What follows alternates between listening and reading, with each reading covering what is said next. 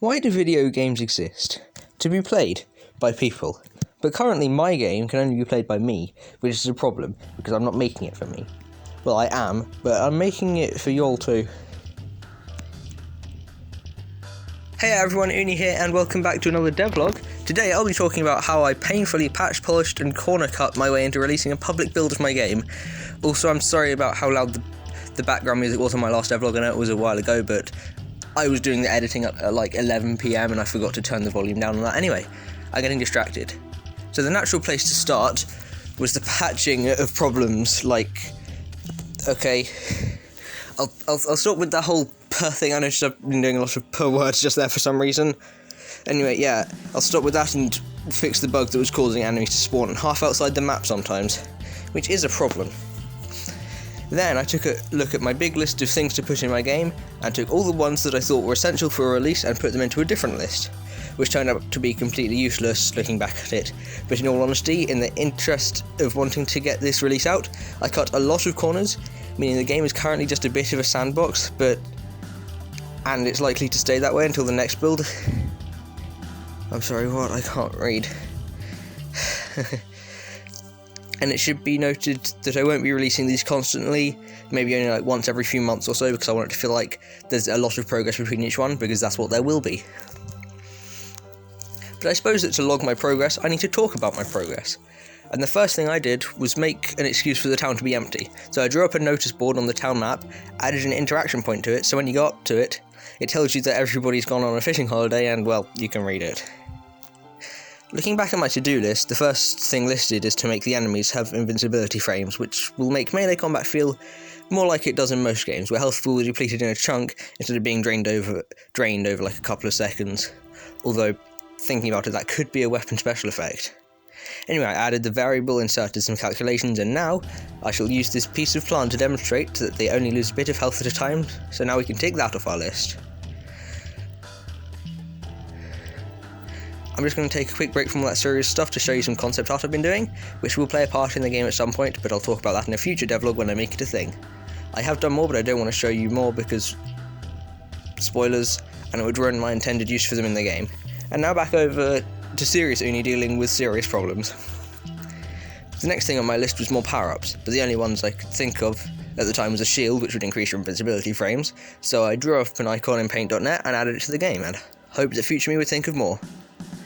Next on the list, I should have had add more enemies, but all the ones I had ready or near to ready needed some new AI scripts, which I couldn't be bothered to write, and I didn't want to add more that were just clones of existing enemies but with different clothes, so I put that off as well. I'm also going to be keeping any enemies I add during the duration of this filming as a secret, so there'll be some surprise when you'll play it for the first time.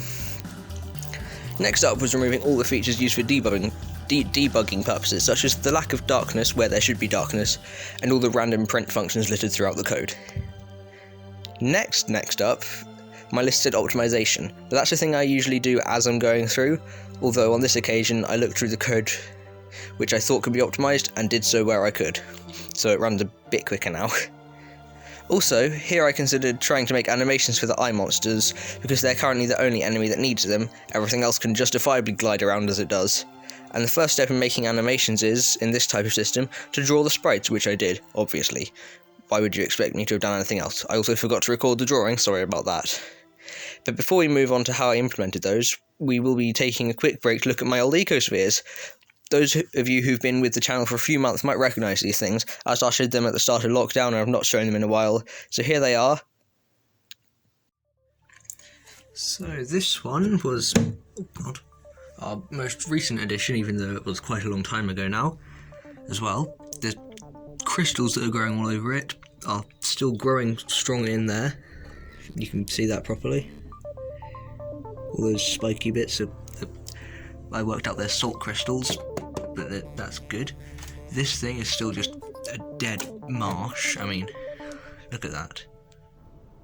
Oh, there is still liquid in it. Oh my god. Yeah, this has got a strange mix of colours. I think I should be worried about that. This one is just This was the one that actually survived for a long time, but I'm not sure how it's doing now, I can't really tell. Like, I don't see anything moving, but also the plant life still looks alive. So, yeah. Like, I've not really specifically studied any of these for a while, so I don't know I've not been sure what's going on with them. I think there's like a load of mold in there. I'm kind of scared of ever opening this to drain it out and then start a new one. So yeah, I feel like it's gonna just stay like that.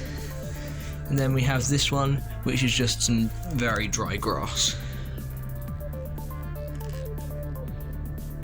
And a bit of moss. And some sort of furry stuff, which is probably more moss-y mold. Anyway, back to you over in the game development area.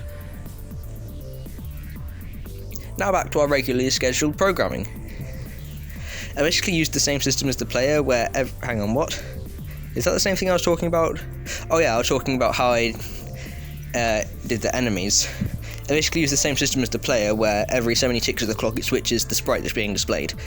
Next, I fixed a bug which was causing lag on the smaller size levels, and looked at my list which told me to implement the enemy capturing system, which is going to be a thing where you can, well, capture enemies, as the original concept of the game was to chase enemies and catch them to take back to an NPC in the town for a reward, but then I made it so you could kill them as well, and now I'm going to add the proper thing, which I will do by making it so that enemies on low health go into something similar to, you know in Doom, when they like flash orange and you press a button? Yeah, well in our games it's going to be like that. You go up to them and catch them in a net instead of brutally murdering them. And you'll know that you can do this because of the orange bar that appears instead of them flashing orange, because that would mean I'd have to draw all the sprites, and I didn't want to do that. So I made a check for if they're on low enough health, and if they are, it triggers the aforementioned state by disabling their movement script. And once they're in this state, and you press the button to use the net, which I just added as well, and the net touches them, it removes them from the list of enemies and puts them in the list of captured enemies. There's currently nothing else I can do with this because I can't be bothered to add the town, so let's move on to what I did next. And after deciphering what else from my list was actually a thing to do, and working out that it was a difficulty slope, I stopped and thought, what could that mean? Well, I'm glad you asked, because it means the difficulty of a game gradually getting greater. You might also be familiar with the term difficulty spike, which is when the difficulty increases dramatically over a short period of time in a game. I don't know why, but I'm like gesturing with my hands for what that means, but I know you can't see it. I've lost where I was on my script. So how do I implement this into my game? I have no idea why I've put two rhetorical questions in this paragraph, but I'll tell you my initial answer, which was the number of enemies in the level, which I have a system for choosing manually, but I want the game to control it by itself, which means it needs a variable. I chose for that variable to be named as the depth of how far into the dungeon you were, or the amount of completed levels plus 1, same thing, thought I'd say it in two ways for clarity's sake. So now it puts the same number of enemies in as the level you're on, which also prompted me to turn this abomination of a system which I made for building maps into an actual class, which genuinely became one of the most painful refactors ever, because it changed a system that everything was dependent on. But there were still problems with this. What if an early level had 2 or 3 really hard enemies, or a later one had lots of easier level enemies? I saw 2 solutions to this: give each enemy a difficulty value, or scale its stats with the level you're on. I added both, so now each enemy has a difficulty level, which stops it from showing up before you reach the depth of the same value as its difficulty level. And because literally everything in my game is randomised, I made it so scaling is random as well. Now all important variables such as health and damage output for an enemy are multiplied by a random amount between 1 and the depth you're at, which I'm sure could result in some incredibly overpowered enemies further in, which brings me to my next point, which might feel a bit out of place in one of my devlogs. This is so out of place I can't even speak properly. So it's the problem of how fast a player increases in power, overall and relative to the things around it. It's always a bit of an issue in games, especially mine, and this one was especially tough, because even though it looks like trash compared to most games, this is my most ambitious project yet, and my character has always had a problem being too over or underpowered. When I first added the sword, it drained enemies' health and it was way too strong. Then I added a recent system of swinging it semi-realistically and it felt weak. Then I added damage power-ups and it got you too strong too quick, so I lowered the damage and it felt too weak. And then I added the difficulty scaling, which puts us where we are now. Hopefully things will feel more balanced now, which is a thing I would like any of you who test it to give me feedback on. Which reminds me, the link to the itch.io page for the game will be in the description of this video. I haven't made it as of writing this, but it's going to be there, hopefully. And with the whole balancing and difficulty slopes theoretically out of the way, I moved on to my next item. I promptly realised that I missed a lot of things from my list, and that I had recorded almost zero footage for this log. But I didn't take the time to do some new art for the backdrop of the dungeon. Wait, no, I did take time to do that. Still not sure what would really fit for that though, and I did some much needed wall block art because only having 7 can get repetitive a lot quicker than having more than 7. So after a few hours of working and trying to think of decent designs, we ended up with 14, and a couple new enemies which I'm still not explicitly telling you about. Also, my game still needs a name because a game without a name isn't very marketable, so I need you all to give me suggestions for that too. I'd like to take a moment here to say that I managed to do all this stuff a lot quicker than expected. That's a lie. That was definitely a lie, script writing, Uni. And yeah, so after that lie of a paragraph, I did a bit of my own playtesting, and I opted to remove the enemy stat scaling apart from in a couple places, and I realised that all the footage I was recording for this video so far was just blank because stupid me had OBS on the wrong screen, so I ended up playing for a bit and recording it, so that's probably what I'll end up putting behind me here when I edit this. Oh, and when I say behind me, I just mean as the thing that's on the screen, sorry. It's not like behind me because I'm not on the, you know what, you're seeing gameplay footage, hopefully. And now that I have a game that's ready for people to play, we have but 2 steps left. The first of which is turning it into an actual executable, so that those of you who don't have Python and pygame and numpy and all the other things that I use to make it on your computer can play it. Which I didn't know how to do, but I learned, wrote a quick script, and oh god, no! Yeah, this was an incredibly painful and awkward process, and it's what took up most of the time between this devlog and the last. Because just nothing worked, but I shan't talk about it because it's boring and I know you don't care. The next step is getting it out to you, so I quickly wrote up a website and I realised I had no way of hosting it until I abandoned that and just put it on itch.io, which is really easy to use actually, so I did that and you can find the link to that in the description, as I said earlier.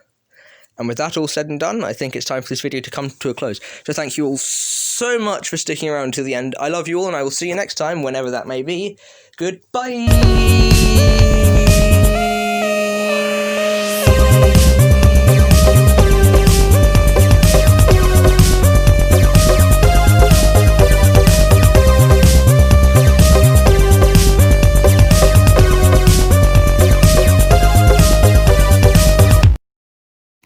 Oh, so you made it to the end of the video. Well, now there are 4 things I need you to do. I need you to go down into the description and... hold on, no, that's not right. First thing I need you to do is subscribe to my channel and like this video. Is that 1 thing or 2 things? I don't know. Doesn't matter how many things there are, you need to do them. You need to subscribe, and then you need to join the 2 Discord servers in the description. Thanks. Also, this video is sponsored by Catholic Raid.